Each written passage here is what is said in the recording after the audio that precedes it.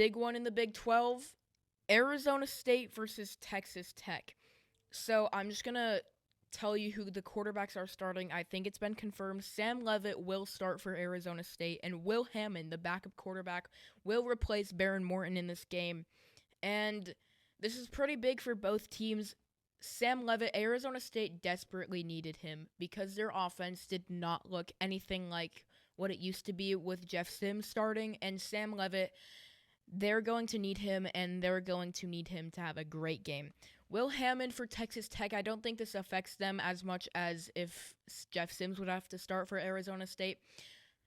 I think Texas Tech will trust him to do all the things that Baron Morton has done, and he has. He came in against Utah, he came in against Kansas, and they played very well. Hammond played very well, so I'm not just going to think that he's going to struggle because he's proven that he's a good player.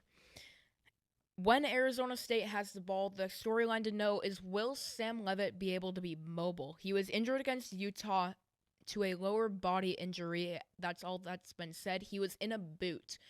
So will he be able to run around and be mobile? Because he's going to need to against Texas Tech's defensive line, which is elite. But Sam Leavitt is second best under pressure.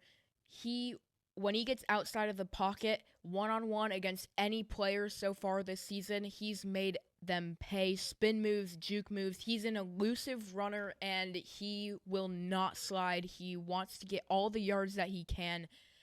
But if Leavitt can't move and he stays in the pocket against David Bailey in this pass rush and Jacob Rodriguez in this pass rush, Arizona State is going to be in a world of hurt because I'm just going to say their offensive line, they can maybe contain them. They're not going to stop them. Their best offensive lineman, Ben Coleman, just went out for the year, which is a huge blow for Arizona State. So I'm just going to say Sam Leavitt's he's going to need to be mobile. However, Arizona State needs a good ground game. Their bread and butter is when they run the ball more than they pass the ball, and then Sam Leavitt, when he needs to, throws the ball to his playmakers, whether it's Jordan Tyson or Jalen Moss, Shimon Mateer, etc. Last year, I know everyone's going to say this, they had Cam Skattebo. This year, they can run the ball. It's not Cam Skattebo. Raleek Brown is not Cam Skattebo, but they can run the ball. He has over 500 rushing yards on the season. However, in the Mississippi State game, and even in some of these other games, when they didn't run the ball in the first half of the Mississippi State game, when they didn't run the ball, they couldn't do anything. They tried to pass the ball, pass. They threw 40 passes against NAU in the first game. Have to get a good ground game. That's all I'm saying. Now, Sam Leavitt still needs to be able to move around. Like I said, he's going to need to be accurate. And this is something that really popped up this season that hasn't in years past, where he's, other than Jordan Tyson, to receivers other than Jordan Tyson, he's just missing them. Malik McClain, they're not on the same page. And we're going to need to see Sam Leavitt be accurate. Now for Texas Tech. Their defense is elite. Jacob Rodriguez, David Bailey, everyone on this pass rush is elite. They are top 5 statistically in the country in pressure, sacks, basically every metric that a defensive line is good for. Their secondary, much improved. I think they're top 30. They do have to face Jordan Tyson, who is one of the best receivers in the country. Some say he's the best. I say he's the best receiver in the country. Utah, they limited Jordan Tyson in one-on-one coverage. Some of those throws were off, but for the most part, Smith Snowden and this Utah secondary did a good job handling Tyson. Texas Tech is going to need to contain Tyson because this is Sam Leavitt's go-to target, 3rd down, 2nd down, 4th down, wherever you want. Leavitt's going to throw to Tyson. He's projected to go in the first round, pretty high in the first round, so Texas Tech is going to need to stop him. On offense, their bread and butter is the run game. Their running back, Quentin Joyner, was out for the season due to an ACL tear, but that has not fazed them. They have 2 outstanding running backs, Cameron Dickey and Jacoby Williams. Dickey has 600 yards on the season, 8 touchdowns, 122 receiving yards. Jacoby Williams almost has 400 yards and 4 touchdowns. So that is almost a combined 900 yards. I would say they probably are up to 1,000 rushing yards on the season due to other quarterback stuff and other running backs other than these two.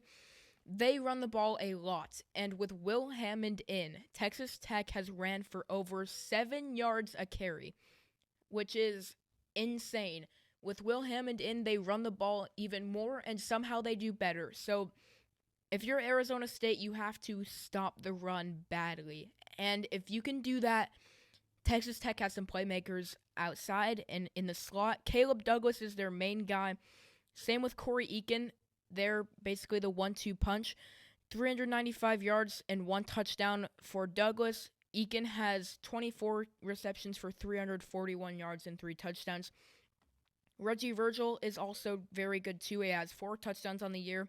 And their tight end, Terrence Carter, one of the best blocking tight ends in the country, but something that has surprised me is he was great at receiving the ball. 23 receptions for 297 yards and 5 touchdowns, which is one of the best for a tight end. So Texas Tech has all the tools on offense that they need. And I think these 2 linebackers, Jordan Crook and Keyshawn Elliott, who have been outstanding for Arizona State, they need to contain this run, and if they get past the first level, don't let Texas Tech get past the second level. Arizona State plays a 4-2-5 defense, and the reason they do this is because they trust Elliott and Crook very much, and they have lived up to the task, except they need to stop this run with Cameron Dickey and Jacoby Williams. So I'm going to say, just for recap, how ASU can win is if they have a balanced running game, and if Sam Leavitt is electric. He needs to be mobile, get out of the pocket, find his playmakers, run the ball, and they need to stop Texas Tech's run game, and they have to have a good red zone offense. Their red zone offense against TCU and against Baylor were not good. Not good at all. They settled for 3 way too much, and if you want to pull off a big upset like this, you can't do that. You have to... Whenever you get your opportunities, you have to take advantage of them and get 7 points on the board. Don't settle for 3. And no turnovers. Of course, they have to win the turnover battle. How Texas Tech can win? If their run game dominates, if Sam Leavitt gets under pressure too much, if they contain him, and if he's not mobile. Who do I think is going to win? I said a lot about Arizona State because I am an Arizona State fan. All bias aside, I think Texas Tech is the better team. Just don't count out Arizona State. I would not be surprised in the slightest if they pull off this upset.